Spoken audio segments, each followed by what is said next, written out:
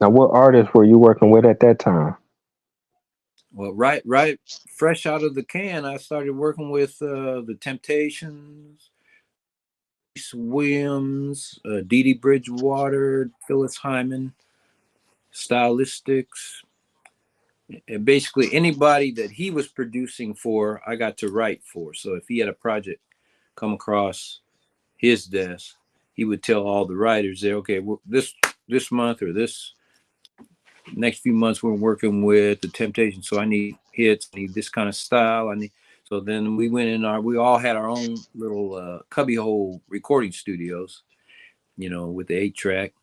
So we just went in and started writing and demoing, and you know, I think Tom had like maybe about 10 writers at that time.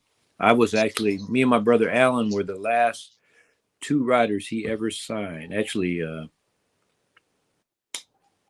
yeah, that was back in 1980. We were the last two writers that Mighty Three Music ever signed. So that's pretty historic.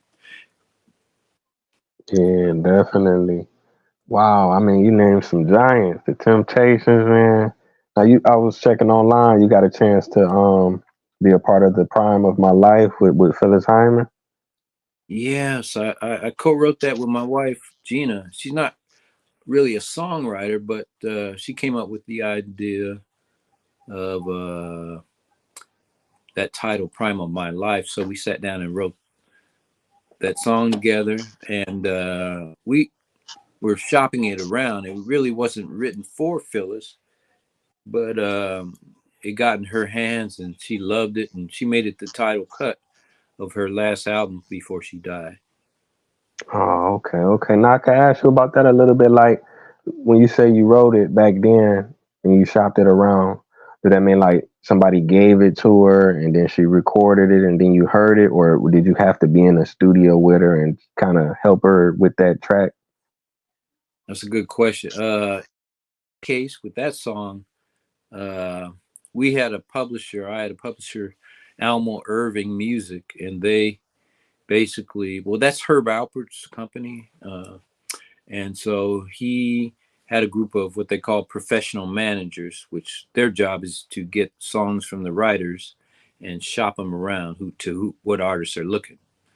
So there are a couple people there that heard the song and said that we should try and get this to Phyllis, and that's how that happened. And Phyllis producer Nick Martinelli did a wonderful arrangement and production, which we weren't in the studio. We just were fortunate to have him grab the song, give it to Phyllis, and we didn't hear it till it was done. And we heard the end result. We were like, oh well, we hope this does well.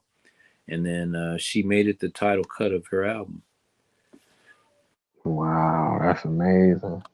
Let me see. I can ask you about a couple more projects. Now I was looking online. You got a chance to work with Aretha Franklin. Yes, I was Oh fortunate to. wow! Can you talk about that a little bit?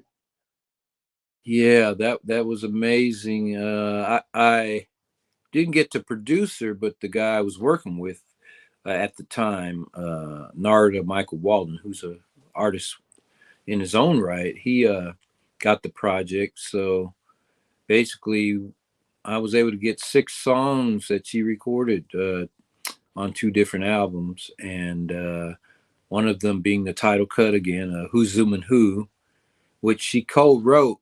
And the reason she wasn't in the same room with me, but me and Narda had the song, but Aretha's the one that came up with the title because she had told him that over the phone, talking about a situation that she was involved with, and she was like, "Who's zooming who?" And so we said, "Man, that's a great name for a song."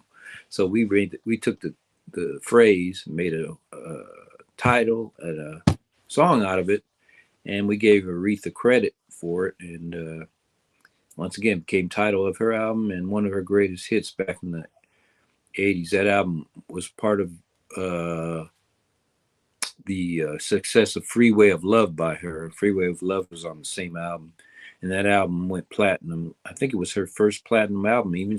Even though she was an established artist by the time we were working with her, it still gave her a new milestone. It was her first platinum album. Wow, definitely an icon. Aretha Franklin, man. That's Yeah, she was amazing. very professional. I mean, very professional. You know, could sing a song in one take and it'd be perfect.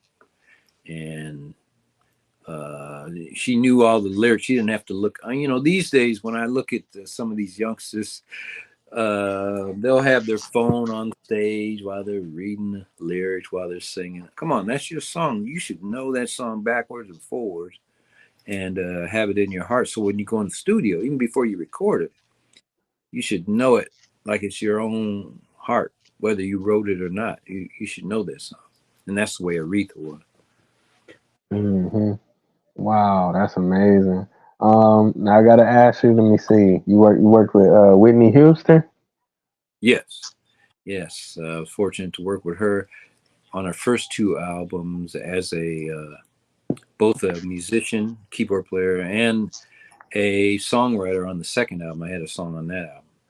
So definitely one of the greatest. Like I was fortunate to work with Aretha before I worked with Whitney.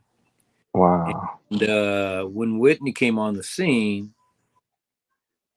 I could see how Aretha was, I won't say intimidated, but I'll say she was kind of awestruck about how great Whitney was because they actually did a duet together. And I believe Whitney did her part in like 2 or 3 takes. Well, Aretha, who usually is one take, 2 takes, she did about 30 times. She wanted to make sure it was good enough to match up to Whitney. That's how good Whitney was. Wow. That's an amazing story. I mean, you don't work with so many people. Have you wrote a book about this or thought about, writing a book or doing a documentary?